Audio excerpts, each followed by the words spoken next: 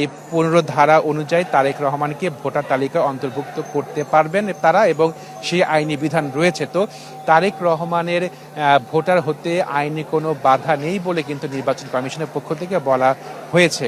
তো যেহেতু কোনো আইনি বাধা নেই, সেহেতু তারেক রহমান আজকে ভোটার হতে এবং এনআইডি কার্যক্রম সম্পন্ন করতে মূলত আজকে নির্বাচন ভবন এলাকাতে এসেছেন। তিনি এখন রয়েছেন বর্তমানে নির্বাচন প্রশিক্ষণ ভবনের যে নিচতলায় রয়েছে, নিচতলার 104 নম্বর রুম।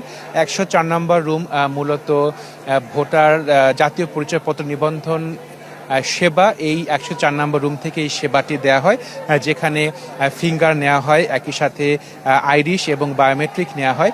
তো তারেক রহমানেরও কিন্তু অন্যান্য ভোটার হওয়ার, অন্যান্য ব্যক্তি যখন ভোটার হয়েছেন তখন যে আনুষ্ঠানিক কার্যক্রমটি সম্পন্ন করতে হয়েছে, তারেক রহমানকেও কিন্তু একইভাবে সেই কার্যক্রমগুলো সম্পন্ন করতে হবে।